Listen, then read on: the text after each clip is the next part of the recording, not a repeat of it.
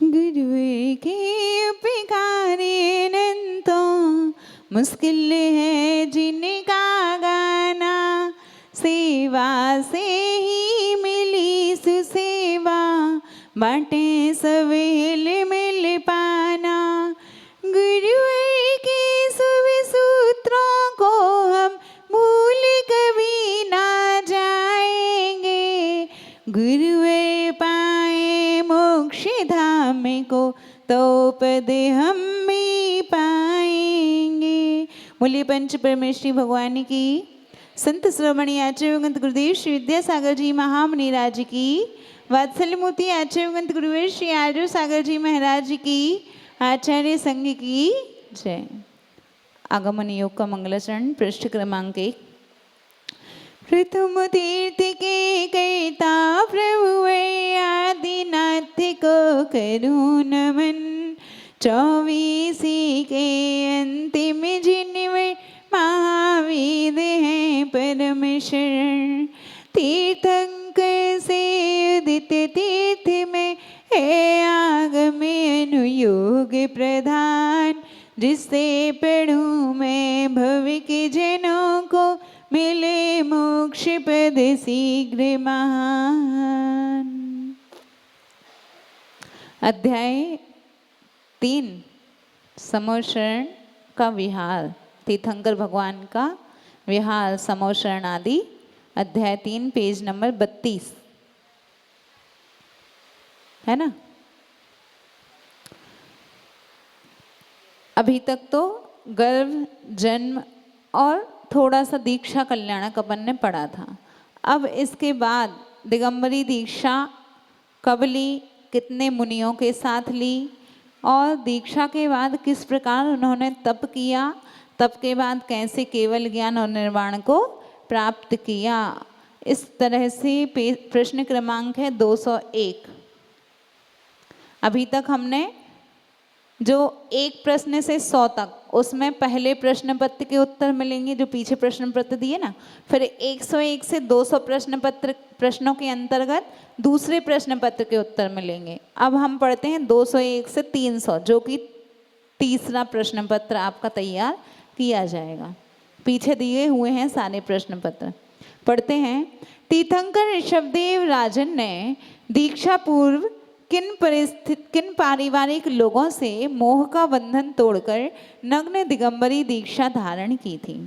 तो तीर्थंकर ऋषभदेव राजा ने प्रथम तो रानी नंदा, जिसका नाम था यशस्वती, तदुत्पन्न भरत आदि 100 पुत्रों एवं ब्राह्मी पुत्री से तथा द्वितीय रानी सुनंदा से उत्पन्न बाहुबली पुत्र और सुंदरी पुत्री, इन प्रमुख पारिवारिक लोगों से मोह का बंधन तोड़कर दिगंबरी दीक्षा धारण की थी। 103 पुत्र पुत्रादि बोलते ना, तो पहली जो रानी थी नंदा, नंदा से कौन उत्पन्न हुए? 100 भरत आदि 100 पुत्र और ब्राह्मी पुत्री, और सुनंदा से कौन उत्पन्न हुए?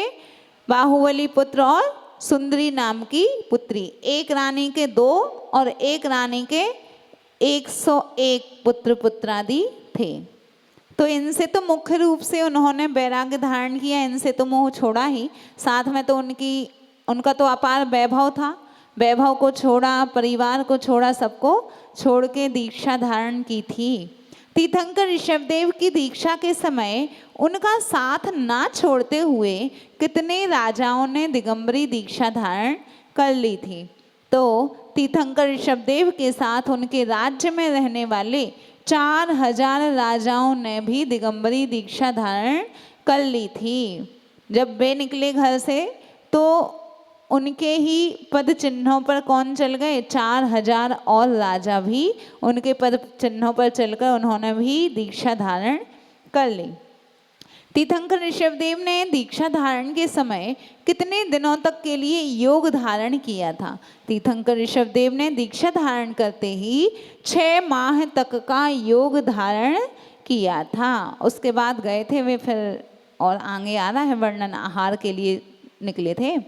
तीर्थंकर ऋषभदेव 6 माह के योग धारण के समय कौन से कार्य में लीन रहे थे? तो तीर्थंकर ऋषभदेव ने जब 6 माह का योग धारण किया, उस समय 6 माह के ही उपवास का नियम ग्रहण कर एक ही पद्मासन में बैठकर प्रतिमा योग धारण कर अपने आत्म तत्व के गुण चिंतन रूप प्रशस्त शुभ ध्यान में लवलीन हो गए थे। पूरे के पूरे 6 महीने बैठे तो बैठे, प्रतिमा योग धारण किया, कभी ना उठना, निहार तो वैसे भी नहीं करना, आहार का भी त्याग हो गया उनका, तो कोई बाधा है नहीं। ऐसे बैठ के बिल्कुल पत्थर के समान अपने शरीर को मान के और किस में लीन हो गए, अपने आत्म तत्व के गुणों में लीन हो गए, उसका ही चिंतन करने में लग गए। ऐसा शुभ ध्यान हुआ। उसके पश्चात क्या हुआ, तीर्थंकर ऋषभदेव के साथ जो 4000 मुनियों ने दीक्षा धारण की, वे तीर्थंकर के मौन धारण पर किस तरह क्रिया का अनुपालन किया।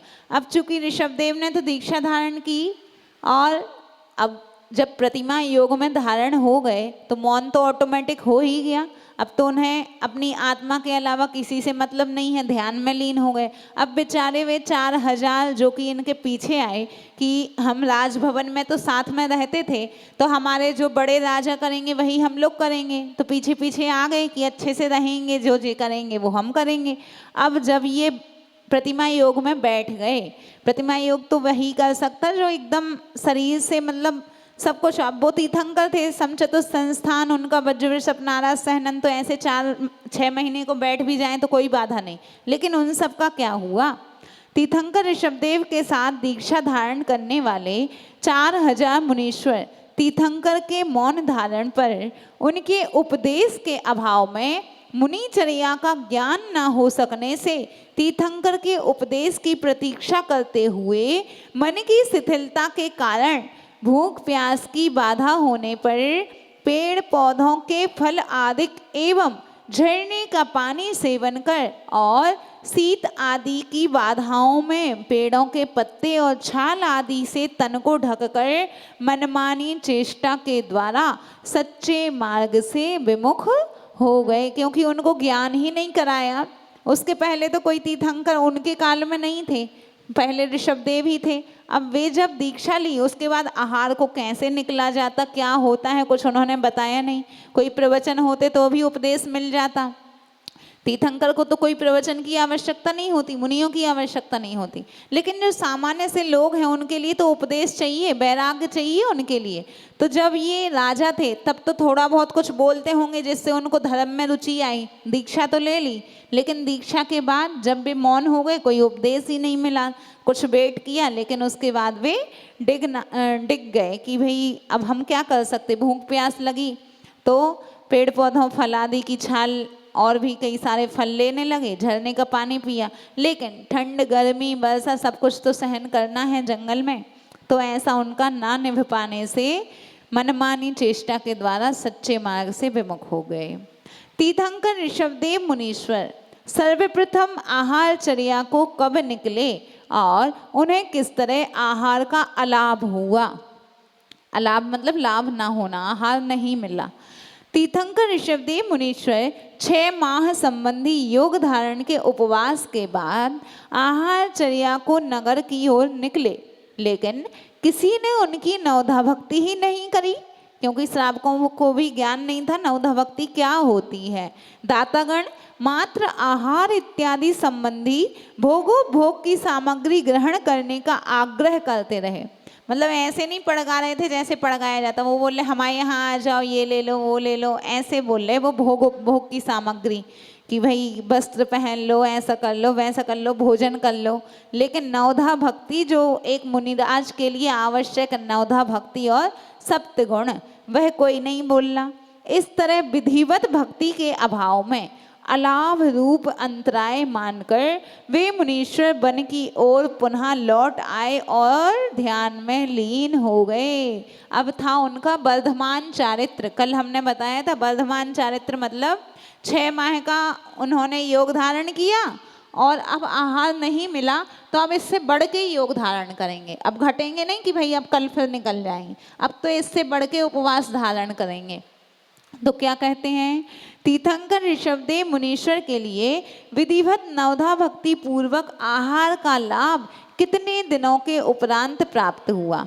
तो ऋषभदेव मुनीश्वर के लिए विधिवत नवधा भक्ति पूर्वक आहार 1 वर्ष 1 माह और 9 दिनों के बाद वैशाख शुक्ला तृतीया के दिन प्राप्त हुआ। 1 वर्ष 1 माह और 9 दिन। अब कहते हैं 13 महीने 9 दिन, है ना, ऐसा घटा लो, 13 महीने 9 दिन के बाद आहार को निकले। 6 महीने तो उपवास किया, फिर 7 महीने 9 दिन के बाद फिर निकले, तो बढ़ा के निकले उससे। तीर्थंकर ऋषभदेव मुनीश्वर के लिए आहार चर्या को जाने में 1 वर्ष 1 माह और 9 दिन का समय क्यों लगा? क्योंकि दीक्षा धारण के बाद सर्वप्रथम 6 माह का उपवास धारण किया, तदुपरांत उन्हें आहार का अलाव होने से अंतराय हुआ। उन्होंने प्रतिदिन आहार चर्या को ना जाते हुए 7 माह और 9 दिनों के लिए पुनः योग धारण के साथ उपवास ग्रहण का नियम धारण कर लिया था। तो क्या कहते हैं अगले प्रश्न में कि प्रथम तो 6 माह का योग धारण, उसके बाद उपवास के बाद प्रतिदिन आहार चर्या को क्यों नहीं निकले, ऐसा प्रश्न आता है। तो क्या कहते हैं, इसमें महत्वपूर्ण कारण है कि जितने भी तीर्थंकर होते हैं वे सभी तीर्थंकर वर्धमान चारित्र के धारक हुआ करते हैं और वे साधना पूर्व में कर चुकते हैं, उससे आगे बढ़कर ही साधना या तपस्या किया करते हैं। अतः पहले तो 6 माह का उपवास किया, उसके बाद नवधा भक्ति का अलाव होने पर अलाव अंतराय मानकर हीयमान रूप प्रतिदिन आहार चर्या को ना जाते हुए वर्धमान चारित्र के रूप में पुनः 7 माह 9 दिन का योग धारण कर लिया। इसलिए 6 माह के बाद प्रतिदिन आहार को नहीं गए। वे वर्धमान चारित्र वाले ना कहलाकर हीमान वाले कहलाते अगर रोज निकलते। हीमान मतलब घटता हुआ और वर्धमान मतलब बढ़ता हुआ। अगर ऐसा ना करते तो हीयमान चारित्र वाले कहलाते। इसलिए चूंकि उनका नियम होता वर्धमान चारित्र के धारी होते हैं, इसलिए 6 महीने के बाद फिर 7 महीने और 9 दिन के बाद पुनः निकले। तो एक कारण आप लोग को पता चल गया। तीर्थंकर ऋषभदेव मुनीश्वर के लिए प्रथम पालना के रूप में आहार दान किस श्रावक के द्वारा राजमहल में दिया गया? तीर्थंकर ऋषभदेव मुनीश्वर के लिए प्रथम पालना के रूप में आहार दान राजा श्रेयांस के द्वारा अपने परिवार के साथ अपने राजभवन में दिया गया। किस नगर में राजा श्रेयांस ऋषभदेव मुनीश्वर के लिए आहार दान दिया था? हस्तिनापुर नाम की नगरी में राजा श्रेयांस के द्वारा आदिनाथ मुनीश्वर के लिए आहार दान दिया गया था। किसने दिया था? राजा श्रेयांस। राजा श्रेयांस और उनके ही भाई राजा सोम। इनको कैसे पता चला था कि नवधा भक्ति ऐसे करनी? तो आगे बताते हैं। राजा श्रेयांस ने अपने परिवार सहित कौन सी वस्तु का आहार दान तीर्थंकर ऋषभदेव के कर पात्र में दिया था? कोई ऐसा सौभाग्य प्राप्त किया था? तो इक्षु रस का आहार दान तीर्थंकर ऋषभदेव के कर कमलों में प्रदान करने का प्रथम सौभाग्य प्राप्त हुआ था। अब देखो नवधा भक्ति यहाँ पे आ रही है। राजा श्रेयांस ने, सुन लेना ध्यान से, नवधा भक्ति। फिर अगर अपन महाराज जी के पैर नहीं धुला पाए, फिर अपन सोचते हैं अरे यार महाराज जी लौट गए, तो अब पता हो जाएगी अपन को नवधा भक्ति हमें ये तो करना ही है। राजा श्रेयांस ने सह परिवार किस तरह की नवधा भक्ति करके तीर्थंकर ऋषभदेव मुनीश्वर के समक्ष आहार दान विधि संपन्न की थी? क्या कहते हैं? राजा श्रेयांस ने अपने परिवार के साथ पहली तो पड़गाहन जिसको बोलते प्रतिग्रहण, दूसरी उच्चासन, तीसरी पाद प्रक्षालन, पूजन, मन शुद्धि, वचन शुद्धि, काय शुद्धि, आहार जल शुद्धि और नमोस्तु, इस तरह की नवधा भक्ति मन वचन और काय के पूर्वक करते हुए तीर्थंकर ऋषभदेव के समक्ष आहार दान विधि सानंद संपन्न की। अपन बोल देते, कभी कभी ऐसा भी होता है, हमने स्वयं देखा, हे स्वामी जी मन शुद्धि, वचन शुद्धि, काय शुद्धि, आहार जल शुद्ध है। अब बाद में क्या नहीं बोला? नमोस्तु महाराज जी, ऐसा बोलते ना अपन, हे स्वामी मन शुद्धि, वचन शुद्धि, काय शुद्धि, आहार जल शुद्धि, नमोस्तु महाराज। नमोस्तु नहीं बोलो तो भी वो अंजलि नहीं छोड़ेंगे। शुरू में जब अंजलि लिए रहते अपन बोलते कि अब आहार ग्रहण करो, अंजलि छोड़ो, तो अंजलि नहीं छोड़ेंगे जब तक आप नमोस्तु नहीं बोलेंगे। उनकी पूरी 9 हो जाएंगी, भले वो आगे पीछे कर लो आप, इतना तो मौका देते हैं। आप अगर 5 प्रक्षालन भूल गए, थोड़ा सा इंतजार करेंगे, आपने पूजन कर ली, फिर भी इंतजार करेंगे, कोई श्रावकों को फिर ध्यान आ जाता कि भाई ये चीज़ रहेगी, लेकिन पूरी नवधा भक्ति होगी तभी वे आहार ग्रहण करेंगे। और जब आप पड़गाहन तो जानते हो, परिक्रमा लगाते हो, जो हे स्वामी नमोस्तु नमोस्तु बुलाते हो। और पड़गाहन भी कैसे करना, अपन बोलते हैं हे स्वामी जी अत्र अत्र तिष्ठ तिष्ठ, ऐसा बोलते हैं। अत्र मतलब आओ आओ, तिष्ठ मतलब आओ और रुको, है ना। तो क्या क्या हुआ, हे स्वामी अत्र अत्र, आओ आओ, और क्या बोल देते हैं, रुको। अब अगर महाराज जी वहाँ हैं, आप कहो हे स्वामी अत्र अत्र तिष्ठ तिष्ठ, हे स्वामी वहाँ रुको वहाँ रुको वहाँ रुको, तो अवतर बुलाओ। तो अत्र मतलब होता है यहाँ, और अवतर मतलब होता है आइए आइए। ब्राजी अपन पूजन में करते ना, अत्र तिष्ठ तिष्ठ, अवतर भी बोलते हैं। तो यहाँ आइए और रुकिए, जब अपने पास आ जाएं तब अपन बोलते तिष्ठ स्वामी तिष्ठ। तो अवतर भी बोलना आवश्यक होता है, नहीं तो आपने बोला हे स्वामी अत्र अत्र, हे स्वामी आओ आओ, कहाँ, वहाँ पे ही रुक जाओ, फिर हमारे पास तो अपन ने बुलाया ही नहीं। लेकिन महाराज जी लोग हालांकि समझ जाते कि भाव क्या हैं आपके, चूँकि संस्कृत में है, ये संस्कृत का पाठ सब जगह जानते हैं, प्रचलन में है, ये एक बना दिया। लेकिन अगर आप हिंदी में बोलो हे स्वामी आइए आइए, यहाँ रुकिए रुकिए आदि बोलोगे। अब फिर कहीं और जाओगे, अगर कर्नाटक में जाओगे तो वहाँ क्या बोलेंगे, हे स्वामी इल्ली बन्नी इल्ली बन्नी इल्ली बन्नी इल्ली निलसी स्वामी, ऐसा बोलेंगे। अब यहाँ के कोई साधु वहाँ चले गए तो क्या सोचेंगे, इल्ली इल्ली नाम बोल रहे हैं, ये यहाँ तो करा रहे और इल्ली बोल रहे हैं, ऐसा सा लगेगा कुछ जीव का नाम बोल रहे हैं, तो इनको अंतराय हो जाएगा। और तमिलनाडु में जाएंगे तो क्या बोलेंगे, हे स्वामी इकड़े आ, नहीं मराठी में जाएंगे, हे स्वामी इकड़े आ इकड़े आ इकड़े आ इकड़े आ थाम्बा स्वामी, यहाँ पे रुकिए स्वामी, ऐसा बोलेंगे। तो अलग अलग भाषाओं अलग अलग क्षेत्रों में जाएंगे, ऐसा चलेगा। इसलिए संस्कृत भाषा एक ऐसी है कि सब जगह प्रचलन में आ गई, तो अपन संस्कृत अच्छे से जानते, इतनी तो जान ले, हे स्वामी अत्र अत्र अवतर अवतर स्वामी तिष्ठ स्वामी तिष्ठ। अब कल से सुनेंगे पड़गाहन क्या बोलते हैं। तिष्ठ मतलब रुको, है ना,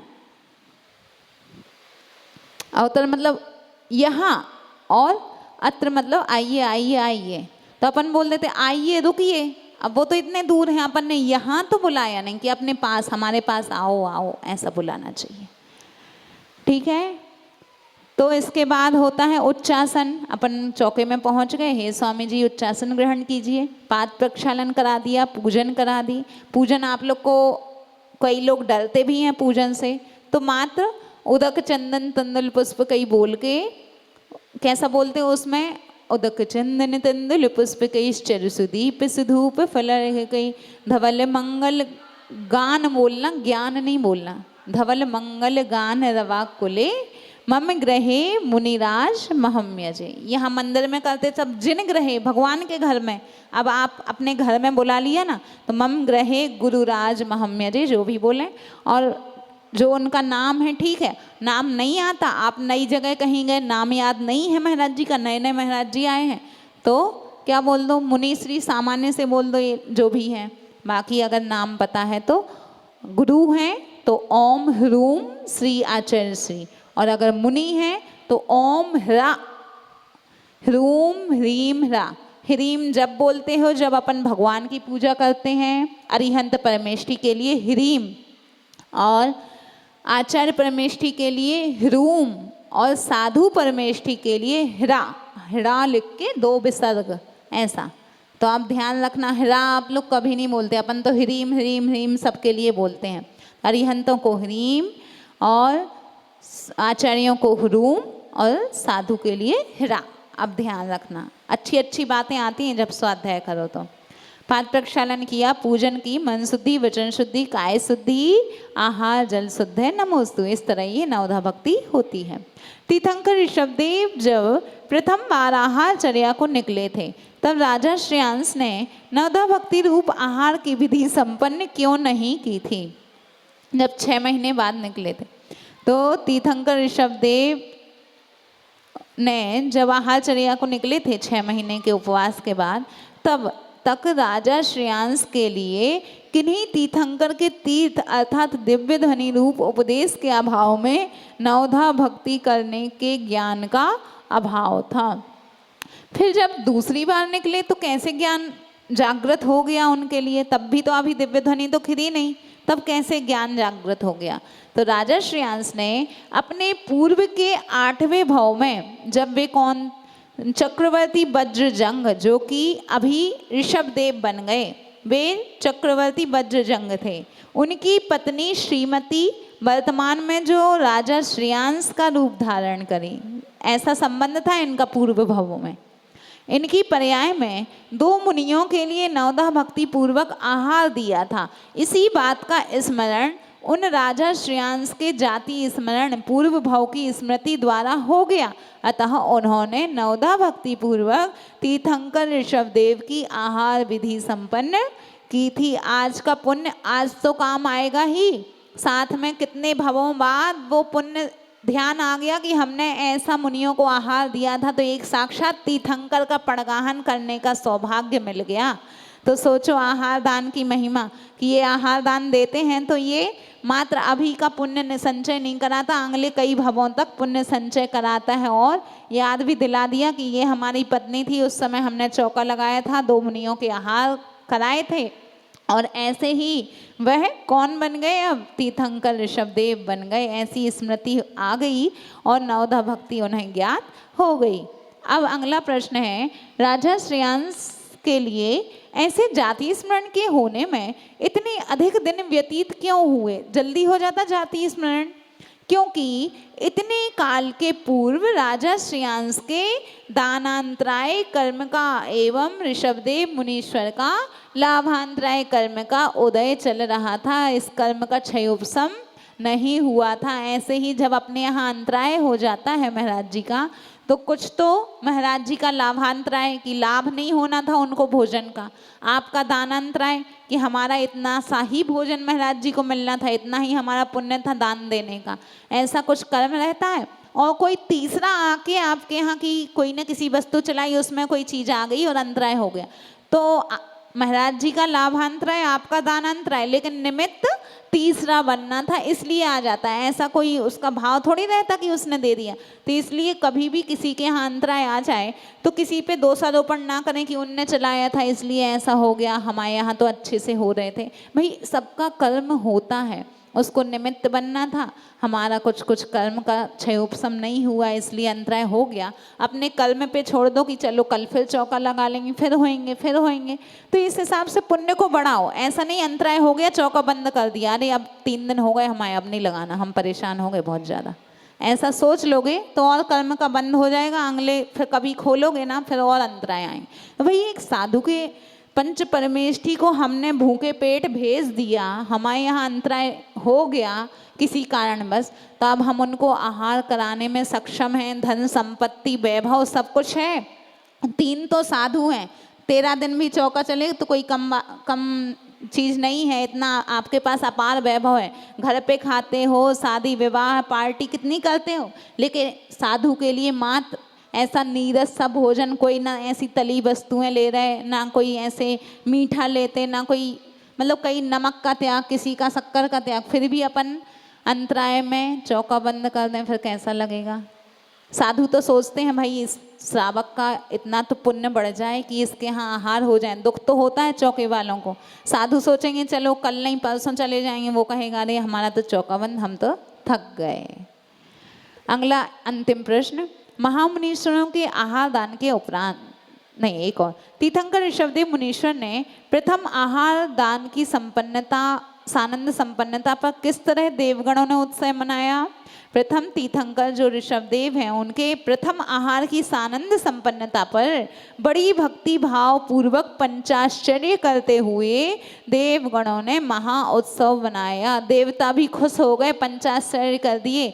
रत्न वृष्टि, दुंदुभि बाजे और जय जयकार की ध्वनि, पंचाश्चर्य इस तरह, मंद मंद सुगंधित वायु, रत्नों की वर्षा, ऐसे ये 5 आश्चर्य वहां पे प्रकट हो गए। महामुनीश्वरों के आहार दान के उपरांत देवों के द्वारा किए जाने वाले पंचाश्चर्य कौन से हैं?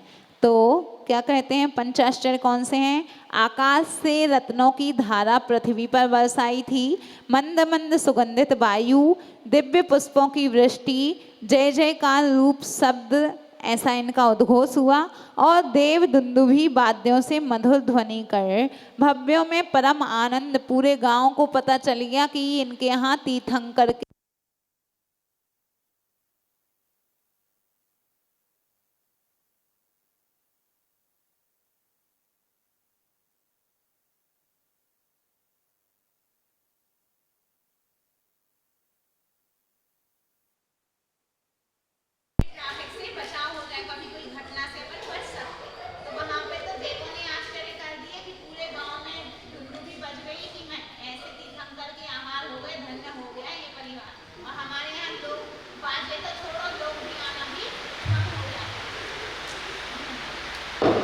चाहे तो कई जगह तो बाजों से लाते हैं कि भाई सबको पता चले, कोई लोगों के घर है बाहर निकल आते हैं कि महाराज कि हमने बाजे बजवाए, महाराज जी को हम यहाँ तक छोड़े, तो जिनने दर्शन किए उनका छठवा पुण्य तुम्हें मिल जाएगा, क्योंकि तुम्हारे कारण उनको दर्शन हो गए। ऐसे तो सब लोग घर पे बैठे हैं, पता ही नहीं चला महाराज जी कितने बजे आए थे, कितने बजे चले गए। तो कई लोग तो बाजे से, और बाजे से नहीं तो 4-8 लोग ऐसे आते हैं कि पता चल जाए, एक जुलूस सा जा रहा है कि हाँ ये साधु के एक पंच परमेष्टि के इनके यहाँ आहार हुए हैं, ऐसी चर्या होती है, ऐसे होते हैं जैन साधु। जिन धर्म की ये प्रभावना है, प्रभावना इसमें भी होती।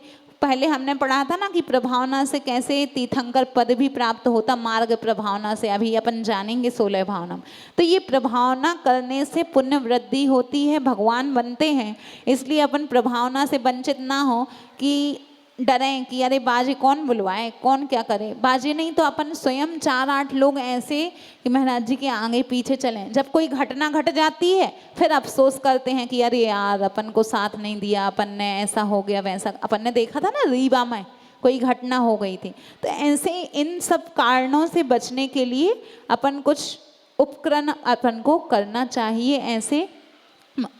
ऐसे अपन को साधुओं का ध्यान रखना, साधुओं की सेवा, वैयावृत्ति। आज के काल में हम भगवान पर तो ध्यान देते हैं, लेकिन भगवान को बनाने वाले कौन होते हैं? साधु। साधु ना हैं तो भगवान भी कोई नहीं बनाएगा। श्रावक हैं तो साधु हैं, और साधु हैं तो भगवान हैं। श्रावक आप लोग सब हैं तो चौका लगते हैं, तो साधुओं की चर्या पलती है, तो साधु लोग दीक्षा लेते हैं और बनते उनका ऐसा पुण्य का संचय होता, तप वृद्धि। आपने अगर एक टाइम साधु का आहार करा दिया, पूरे 24 घंटे में जो तप साधना उनने करी, उसका छठवा पुण्य आपको मिलता है, क्योंकि आपके आहार ने इतनी शक्ति दे दी कि उनका अच्छे से ध्यान, सामायिक आदि, स्वाध्याय आदि हो गया। मात्र किससे? आपके आहार से। और आपके यहाँ आहार नहीं होता तो कुछ नहीं होता। इसलिए जितना अच्छा महाराज जी का आहार हो जाए तो उसका पुण्य अपन को भी मिलता है, छठवा पुण्य।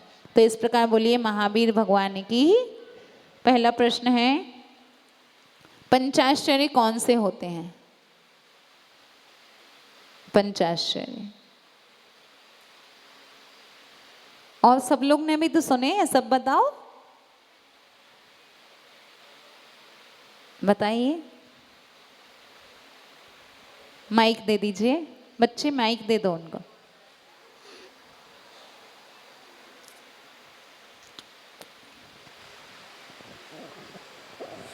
रत्नों की धारा पृथ्वी पर, सुगंधित हवा, पुष्पवृष्टि, दुंदुभि बाजे और जय जय जय की घोष। ध्वनि बहुत अच्छा। और अगला प्रश्न है,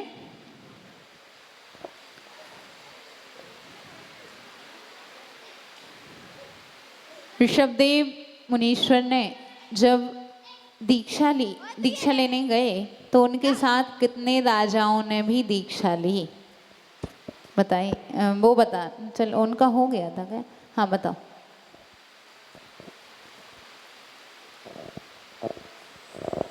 उनके साथ 4000 राजाओं ने दीक्षा ली। हाँ, 4000 राजाओं ने दीक्षा ली, लेकिन कुछ पाप कर्म का उनका उदय होने से दीक्षा फिर शिथिल हो गए वे।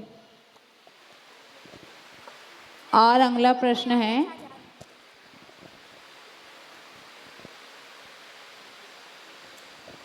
ऐसी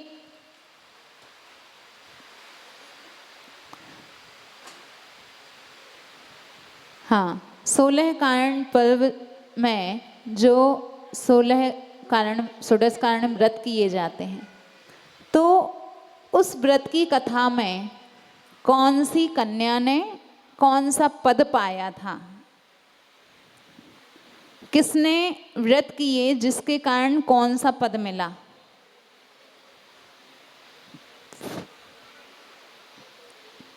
बताओ, दे दो। वंदना दीदी, 16 कारण व्रत किए थे और सिमंदर पदवी का पद पाया था। दरिद्रा कन्या थी, उसका नाम नहीं आता, कहीं कहीं आता भी होगा। दरिद्रा कन्या थी, उसने 16 कारण व्रत किए, और सीमंधर जो अपन बोलते हैं विदेश क्षेत्र के तीर्थंकर, सीमंधर युगमंधर, वह पद उसने तीर्थंकर पद का पद प्राप्त किया। मात्र किससे? 16 कारण भावना भाने से। तो ऐसे तीर्थंकर बन सकते हैं। महिलाएं भी घबराएं नहीं भाई कि हम मोक्ष ही नहीं जाना, महिला हैं हमें तो मोक्ष जाना ही नहीं, तो काहे को पुरुषार्थ करें। तो आप भोजन करते हो फिर निकाल देते तो खाओ ही नहीं, काहे को खाना निकालना तो है ही, ऐसा सोच लेंगे क्या? नहीं। इसलिए अपन भी व्रत एकासन करें, आज नहीं तो कल, कभी ना कभी हम भी मोक्ष जाएंगे, हम भी ऐसे तीर्थंकर के पद को पाएंगे। एक दरिद्र कन्या पा सकती तो हम तो फिर, हमें तो इतना धर्म सुनने मिल रहा, सब कुछ मिल रहा, तो अपन तो सब पा ही सकते हैं। बस कोशिश करने वालों की हार नहीं होती। हो गए? कितने बचे? 2। अगला प्रश्न है, ऋषभदेव तीर्थंकर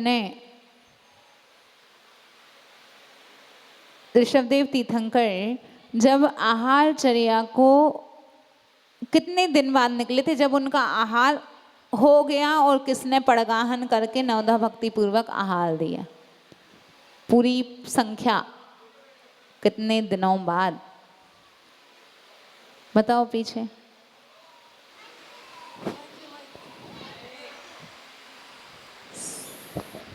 7 माह 9 दिन। 7। पूरा टोटल कितने दिनों का उपवास हो गया था पूरा का पूरा? 13 माह का। पूरा बोलो अच्छे 13 से। माह 9 दिन के बाद उन्होंने फिर जब आहार। उपवास के लिए निकले तो 7 माह 9 दिन। हाँ ठीक है, 6 महीने के बाद 7 माह 9 दिन बाद, 7 महीने 9 दिन बाद फिर निकले, तो 13 महीने 9 दिन। किसने किया था पड़गाहन?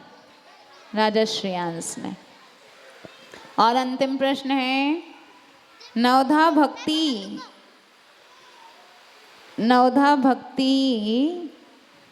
कौन सी होती हैं? सबको पता है। और किस किस की नवधा भक्ति की जाती है? हमारी अच्छी शुद्ध परंपरा में नवधा भक्ति किनकी की जाती है? किसका अभी तक नहीं हुआ? एक भी दिन कभी हुआ ही नहीं है। ऐसे हैं कोई जिसका कभी नहीं हुआ हो? नहीं हुआ कभी? बताओ। पीछे पीछे बता रहे, कौन बता रहे? आपका भी नहीं हुआ?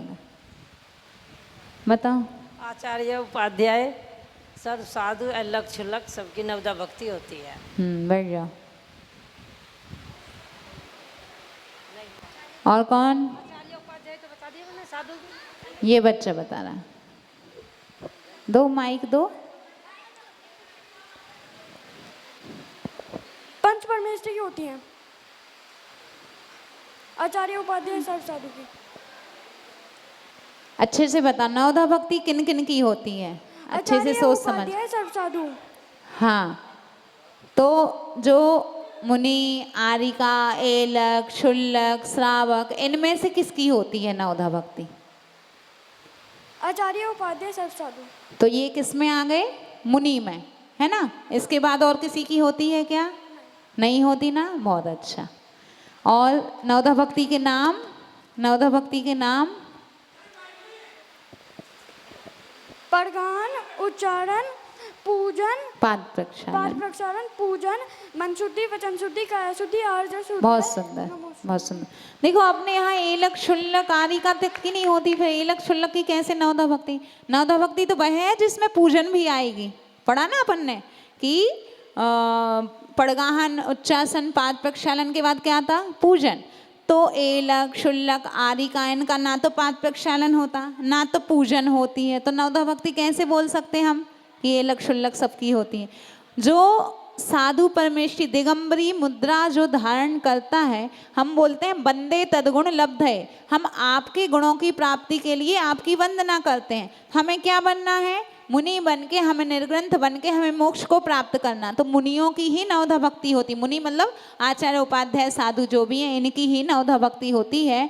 वस्त्रधारियों की नवधा भक्ति नहीं होती। ना तो उनके लिए कोई अर्घ चढ़ाया जाता, ना तो पाद प्रक्षालन होता, और ना ही पूजन होती, ना ही परिक्रमा होती है। बोलिए महावीर भगवान की जय। जवणी के ज्ञान से सुजे लोकालोक, सुवाणी नमस्तक नमो सदा देते हो लोग। हे जिनवाणी भारती तो जपो दिन रैन, जो तेरी शरणागे सो पावे सुख चैन। देव जुए हंति को गुरु सेवा निर्ग्रंथ, दया धर्म पालो सदा, यही मोक्ष का पंथ। नौ वर्ड मुकरमन।